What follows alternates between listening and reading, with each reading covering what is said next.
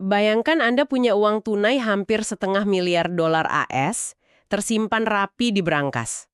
Itu jumlah yang sangat masif ya. Bener, masif sekali. Likuiditas Anda bisa dibilang sedang di puncak kejayaan, tapi, anehnya, di saat yang sama, Anda justru pergi ke bank asing, Anda meminjam uang ratusan juta dolar dengan tenor yang sangat pendek. Dan bunganya pasti ketat. Pasti ketat. Lalu, pertanyaannya, apa yang Anda lakukan dengan uang itu? Anda malah membagikan dividen ke pemegang saham. Maksud saya, secara kasat mata, ini terdengar sangat irasional kan? Terdengar seperti paradoks. Iya, kayak orang kaya yang sengaja ngutang cuma buat, mamerin kemampuannya mentraktir teman-temannya gitu loh. Ya, itu terlihat sangat irasional bagi mereka yang hanya membaca tajuk beritanya saja. Tapi bagi mereka yang benar-benar memahami arsitektur keuangan korporasi tingkat tinggi, itu sebenarnya adalah salah satu bentuk manuver unjuk kekuatan paling elegan yang bisa dilakukan. Dan persis itulah fokus bedah kasus kita di sesi kali ini. Kita akan melihat anomali yang luar biasa dari PT Chandra Daya Investasi Tbk atau CDITA. Salah satu entitas kunci dari konglomerasi raksasa Barito. Betul sekali. Jadi di satu sisi, laba mereka ini meledak ratusan %. Mereka sukses mengamankan pendanaan raksasa, tapi di sisi lain, kalau Anda lihat layar portofolio Anda di bulan April 2026 ini, saham mereka sedang dihajar volatilitas yang ekstrim. Ditambah lagi dengan status mereka yang baru saja dibekukan oleh indeks global ya. Lah, itu dia. Jadi misi kita hari ini adalah membongkar lapisan-lapisan kontradisi ini. Kita akan membedah bagaimana pergerakan aset fisik dan, negosiasi utang mereka menceritakan visi struktural yang jauh berbeda dengan kepanikan harian di pasar saham. Yang paling menarik di sini adalah divergensi antara apa yang sedang dipikirkan oleh pasar retail saat ini dan apa yang diam-diam sedang diakumulasi oleh institusi besar. Ada dua realitas berbeda yang sedang berjalan bersamaan di saham CDIRE ini. Oke, kalau begitu mari kita mulai dari realitas fundamentalnya dulu ya. Sebelum kita menyentuh soal sahamnya yang berdarah-darah belakangan ini, saya ingin membahas mesin uangnya. Silahkan, datanya cukup mengejutkan. Sangat mengejutkan. Waktu saya mengesek data kuartal dan akhir tahun 2025 mereka, angkanya benar-benar bikin alis terangkat. Laba CDIA meledak 285,2% secara tahunan. Menembus $121 juta AS. Betul. Dan pendapatan mereka juga naik solid di kisaran 42 hingga 45%. Tembus $148 juta lebih. Maksud saya, lompatan laba yang jauh melampaui pertumbuhan pendapatan ini kan jelas menunjukkan sesuatu. Ya, itu indikasi kuat adanya efisiensi ekstrim atau ada ruang margin raksasa yang baru saja terbuka. Persis. Dan yang jadi pertanyaan, dari mana margin itu datang? Margin raksasa itu rupanya tidak datang dari tempat yang diasumsikan banyak orang. Gini, ketika pasar mendengar nama grup Barito, insting otomatis mereka kan pasti memikirkan energi hijau. Atau petrokimia, infrastruktur makro, ya kan? Betul. Tapi pahlawan sebenarnya di balik lonjakan laba ini adalah sektor yang seringkali dianggap paling membosankan oleh pasar, yaitu logistik. Wah, angkanya sih sama sekali nggak membosankan ya. Segmen logistik mereka mencetak pertumbuhan meroket antara 551% hingga 1.234% secara year on year. Itu angka yang fenomenal untuk industri berat. Banget. Mereka meraup sekitar 24,7 juta dolar AS hanya dalam 9 bulan pertama tahun 2025. Pertanyaan saya sekarang, bagaimana sebuah divisi logistik bisa tiba-tiba melonjak ribuan %? Itu pertanyaan bagus. Maksud saya ini ibarat sebuah mall yang selama ini untung dari menyewakan ruko, tapi tiba-tiba mereka sadar uang sungguhannya ada di penguasaan jalan tol menuju mall tersebut. Apa yang sebenarnya mereka eksekusi di lapangan? Metafora jalan tol itu sangat akurat sih. Lompatan ribuan persen ini terjadi bukan semata-mata karena volume pengiriman tiba-tiba naik tajam, tapi karena ada perubahan mekanisme penguasaan aset.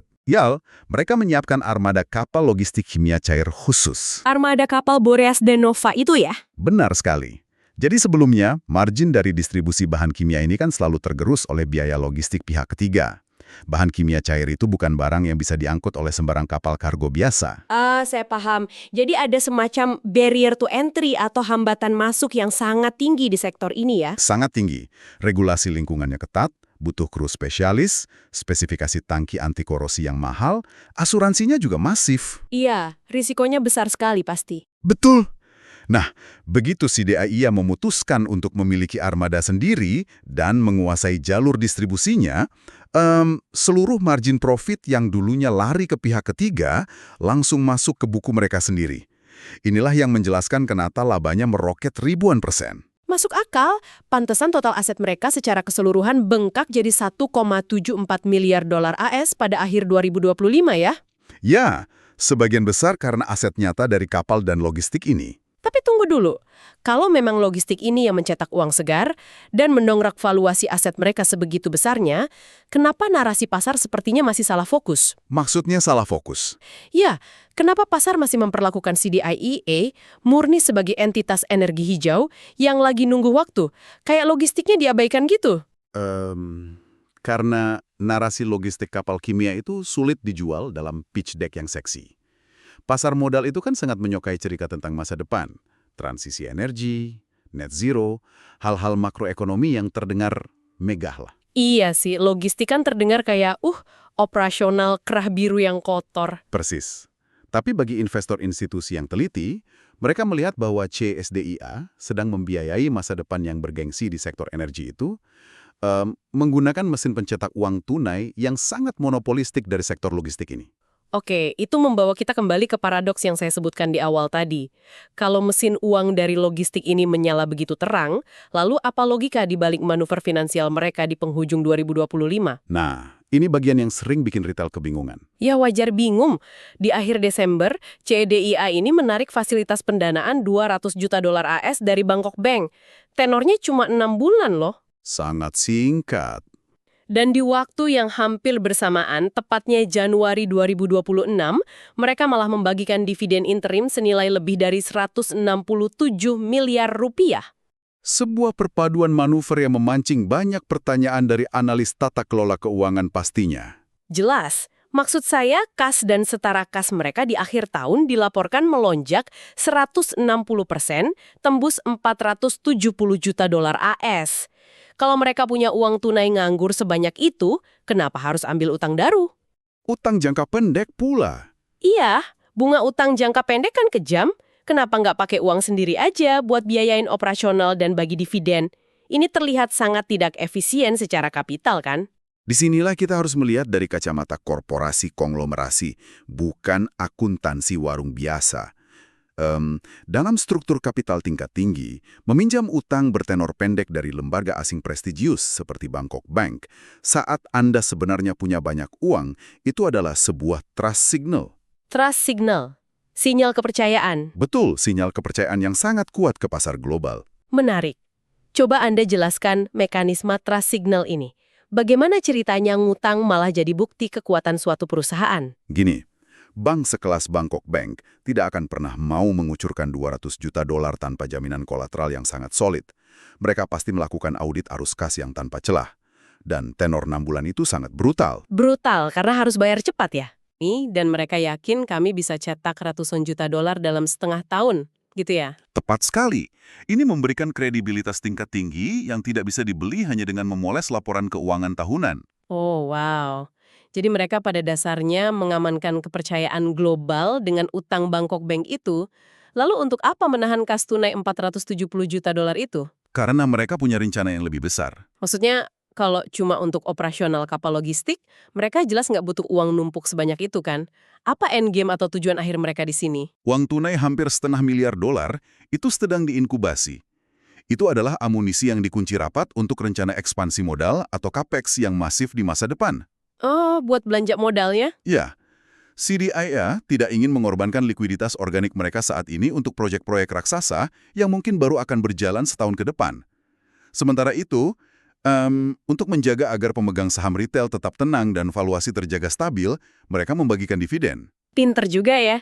Retail senang dapat dividen, lalu bank asing percaya pada likuiditas mereka karena utang tadi, dan perusahaan tetap pegang $500 miliar amunisi murni. Sangat strategis. Mereka menyeimbangkan sentimen jangka pendek sambil membangun fondasi jangka panjang. Jadi mereka ini sedang menimbun senjata berat? Dan kalau kita bicara soal endgame, dari data-data yang kita kumpulkan, arahnya jelas bermuara pada satu narasi makroekonomi besar, yaitu transisi energi. Betul.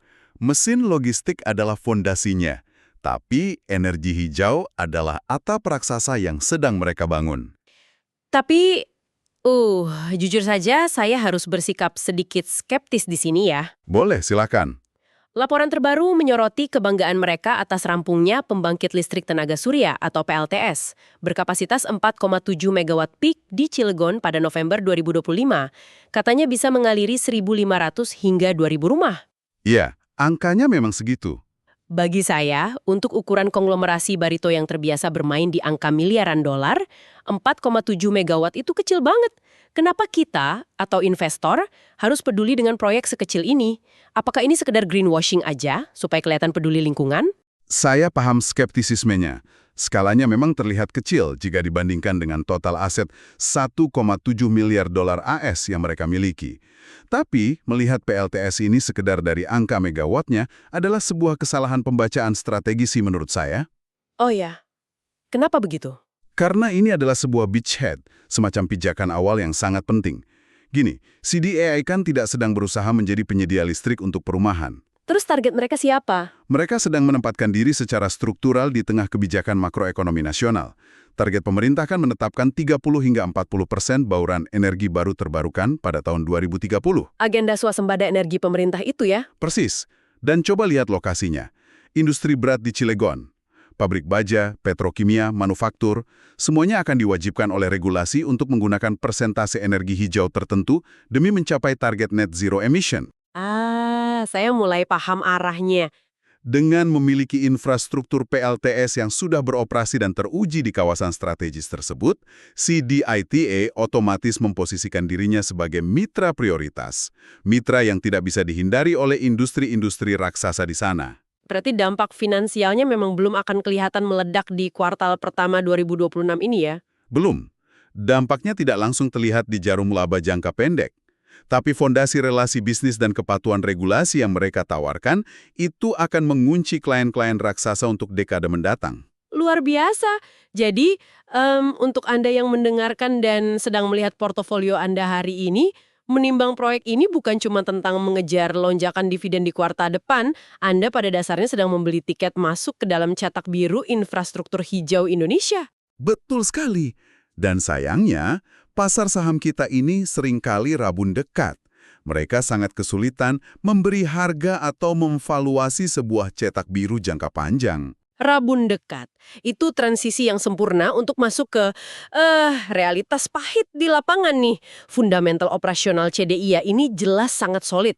Mesin logistik kimia mereka memonopoli rute, mencetak margin gila-gilaan, punya kas $500 miliar. Didukung perbankan asing juga? Ya, didukung bank asing top. Dan udah mulai ngunci infrastruktur energi hijau, semuanya kelihatan hijau. Tapi realitas di layar trading para investor justru menceritakan kisah yang berdarah-darah. Memerah semua ya? Merah banget. Di bulan April 2026 ini saham CDIA terkoreksi tajam 13,4% dari level tertingginya di 2.450. Mengapa saham perusahaan yang fundamentalnya sekuat ini malah dibanting habis-habisan oleh pasar? Disinilah kita melihat bagaimana mekanisme teknis pasar bisa sepenuhnya mengabaikan atau bahkan menghukum fundamental operasional perusahaan. Semuanya bermuara pada aturan administratif kelembagaan. Oke, mari kita perjelas situasinya secara objektif ya, berdasarkan laporan pasar yang ada. Sentimen utama yang menghantam CDIA secara bertubi-tubi bulan ini adalah pengumuman dari MSCI. Indeks global yang sangat dipantau investor asing itu. Betul. Indeks ini baru saja memutuskan untuk membekukan rebalancing indeks saham Indonesia untuk bulan Mei 2026. Alasannya spesifik. Mereka menyoroti masalah standar transparansi kepemilikan dan persyaratan batas free float di pasar domestik kita. Ya, free float atau saham yang beredar di publik. Ya, MSCI itu mensyaratkan porsi free float minimum sebesar 15% agar sebuah saham berkapitalisasi besar bisa masuk secara optimal ke dalam indeks mereka. Nah, saat ini posisi free float CDIA masih tertahan di angka 10%. Dan pengumuman pembekuan itu menjadi katalis utama untuk kepanikan massal di pasar. Tentu saja, karena ekspektasi retail sebelumnya sudah terlalu tinggi. Pasar sudah sangat yakin bahwa CDIA dengan kapitalisasinya yang raksasa, pasti akan masuk radar MSCI. Kalau masuk, implikasinya sangat besar. Yah, bayangkan dana-dana pasif global bernilai triliunan rupiah, otomatis akan mengalir masuk menyapu saham ini tanpa melihat harga. Tapi ketika MSCI bilang, tunggu dulu, kami bekukan semuanya karena masalah aturan 15% ini, aliran dana segar yang sudah diimpikan retail itu seketika tertunda. Likuiditas di saham itu pun langsung kering. Kering kerontang, dan aksi jual panik langsung terjadi. Kepanikan investor retail itu sebenarnya sangat rasional ya. Pertama, jika Anda adalah trader momentum, dana indeks pasif dari MSCI itu kan uang tak bersyarat. Ketika keran itu ditutup karena alasan administratif, ya tidak peduli seberapa bagus laba logistik Anda, narasi uang mudah itu hilang begitu saja. Tapi di tengah aksi jual akibat absennya dana pasif ini, muncul sebuah anomali data transaksi yang sungguh mengundang tanda tanya. Anomali akumulasi asing ya. Persis. Mungkin Anda yang sedang melihat portofolio yang memerah, yang mungkin lagi nyangkut di saham ini sejak Desember kemarin, lagi mikir, oke, fundamentalnya bagus, tapi portofolio saya tetap minus 13% nih, buat apa fundamental? Ya, itu keluhan yang wajar. Sangat wajar. Nah, disitulah letak permainan institusi yang sesungguhnya. Data secara jelas menunjukkan bahwa ketika retail panik membuang saham, institusi asing raksasa seperti UBS, Mandiri Sekuritas, hingga JP Morgan justru terus mencetak net buy. Pembelian bersih. Ya, pembelian bersih bernilai puluhan miliar rupiah di saham CDIA hanya dalam 1 bulan terakhir. Kok bisa mereka malah borong saat harganya jatuh? Ini adalah fenomena transfer kekayaan klasik yang selalu berulang di pasar modal. Gini, investor institusional besar itu tidak digerakkan oleh algoritma rebalancing MSCI bulan depan. Mereka punya time horizon yang beda ya. Sangat berbeda. Mereka memanfaatkan tekanan jual artifisial ini untuk mengakumulasi barang bagus di harga diskon. Mereka melihat persis apa yang baru saja kita bahas. Laba 285%, dominasi cold chain, armada kapal kimia, dan ekspansi PLTS yang mengunci masa depan. Tapi tunggu dulu, saya harus menyela di sini nih. Kalau kita bicara soal institusi yang mengakumulasi barang bagus, kita juga harus bicara soal harga beli mereka dong. Tentu, valuasi itu krusial. Menurut catatan analis, valuasi CDIA ini sama sekali nggak murah. Rasio PE atau price to earnings mereka bertengger di angka 122 kali loh. Memang terlihat sangat premium. Sementara rata-rata industri yang sejenis hanya sekitar 15 kali. PE 122 kali di industri infrastruktur dan logistik itu bukan sekedar premium. Jujur saja, itu spekulatif tingkat tinggi, bukan? Bagaimana kita bisa yakin ini bukan sekedar bubble ekspektasi? Itu adalah argumen skeptis yang sangat valid. Dan sejujurnya, itu harus selalu ditanyakan oleh setiap investor. PE 122 kali memang terlihat overvalued atau sangat mahal jika dilihat sepintas. Lalu kenapa JP Morgan dan UBS berani beli di valuasi segitu? Anda harus ingat bagaimana rasio PE bekerja secara matematis. Huruf P atau price, harga saat ini memang sedang tinggi. Tapi institusi besar sedang bertaruh pada huruf E atau earnings di masa depan. Oh, forward earnings ya? Persis. Jika divisi logistik mereka yang sekarang tumbuh 1.234% itu terus mempertahankan momentumnya berkat monopoli armada kapal, dan proyek EBT mereka mulai menyumbang kas tetap yang masif, maka laba bersih per saham mereka akan meledak dalam 2 tahun ke depan. betul sekali. Ketika earnings atau labanya meroket nanti, angka 122 itu secara otomatis akan terkompresi dengan sangat cepat, turun ke level puluhan atau bahkan belasan, membuat valuasinya menjadi sangat wajar. Institusi asing berani membayar PE tinggi sekarang karena mereka membeli lintasan pertumbuhan laba yang ekstrim. Saya mengerti sekarang. Jadi mereka melihat bahwa masalah MSCI ini semata-mata hanyalah kendala birokrasi ya. Cuma soal batas 10% berbanding 15%. Sementara mesin pencetak uang CTIA di pelabuhan terus berjalan normal. Itu dia. Itulah alasannya kenapa sekuritas lokal terkemuka seperti Maybank, Pintracho, dan MNC serempak mempertahankan rekomendasi strategis mereka untuk retail. Strategi buy on weakness kan? Ya, beli saat harga melemah. Mereka bahkan masih masang target jangka menengah yang cukup berani menurut saya, berada di rentang 1.940 hingga 3.000 rupiah per saham. Tepat sekali. Fenomena buy on weakness dari analis ini bukan sekedar menebak dasar harga ya. Ini adalah penerapan kedisiplinan analitis yang murni. Kedisiplinan untuk melihat fundamental ya. Betul. Memahami volatilitas pasar yang sejati berarti Anda harus memiliki kejernihan mental untuk memisahkan dua hal. Mana yang merupakan penundaan teknis institusional gara-gara aturan indeks, dan mana yang merupakan pelemahan fundamental bisnis sesungguhnya. Dan dalam kasus CDIA ini, Dalam kasus CDIA, kapal logistik kimia cairnya tidak berhenti berlayar.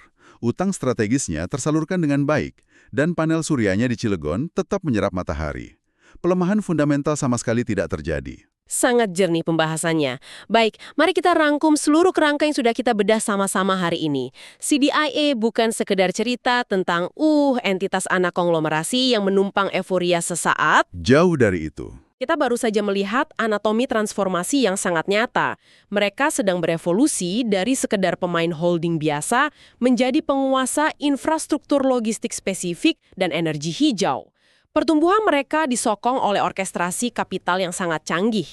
Melibatkan perbankan internasional juga? Betul, menggunakan utang bertenor pendek dari Bank Top Asia sebagai bukti kesehatan finansial, lalu menjaga stabilitas retail dengan membagikan dividen sambil mendekap $500 miliar kas murni untuk ekspansi raksasa. Dan paradoksnya terlihat jelas di bursa. Iya, ketika sentimen teknis dari indeks MSCI menghantam harga sahamnya dan membuat panik jutaan investor retail, institusi paling pintar di dunia justru asyik memunguti saham tersebut dari pasar secara diam-diam. Setiap potongan narasi ini, kalau kita susun secara berurutan, memperlihatkan sebuah arsitektur ketahanan jangka panjang. Perusahaan ini tampaknya memang sangat bersedia menukar ketidaknyamanan harga saham kuartal ini demi mengunci dominasi industri untuk 1 dekade ke depan. Bagi saya, ini adalah realitas yang penuh ironi. Pasar saham modern seringkali didikte oleh syarat-syarat kaku dan algoritma. Kayak kuota 15% yang harus dipenuhi untuk dapat stempel persetujuan dari dewa indeks global. Ya, birokrasi pasar modal. Tapi di dunia nyata, di pelabuhan dan di kawasan industri berat, perusahaan tidak peduli dengan algoritma tersebut. Mereka sedang sibuk menurunkan kapal tanker kimia raksasa ke lautan dan menyambungkan kabel-kabel panel surya ke pabrik-pabrik. Selalu ada jurang yang lebar antara apa yang tercetak di kertas algoritma dan realitas besi yang dibangun di lapangan. Betul. Dan ini membawa kita pada satu pertanyaan mendasar. Hal ini patut direnungkan oleh setiap investor yang mendengarkan obrolan kita hari ini. Silahkan. Ketika sebuah lembaga pemeringkat indeks raksasa membekukan sebuah pasar karena masalah teknis administratif, namun di minggu yang sama, institusi perbankan dan sekuritas global mengucurkan ratusan juta dolar utang serta memborong sahamnya di pasar reguler. Pihak mana yang sebenarnya sedang memegang kompas aliran uang di masa depan? Menarik sekali pertanyaannya. Apakah kita ini sedang terjebak melihat sistem algoritma indeks yang mungkin sudah terlalu kaku? Ataukah kita sedang menyaksikan institusi-institusi paling cerdas di dunia yang, secara sengaja, memanfaatkan kepanikan pasar untuk menyembunyikan mutiara investasi dari jangkauan investor retail biasa? Pikirkanlah dinamika tersebut saat Anda melihat angka-angka merah dan hijau yang berkedip tanpa henti di layar portofolio Anda besok pagi.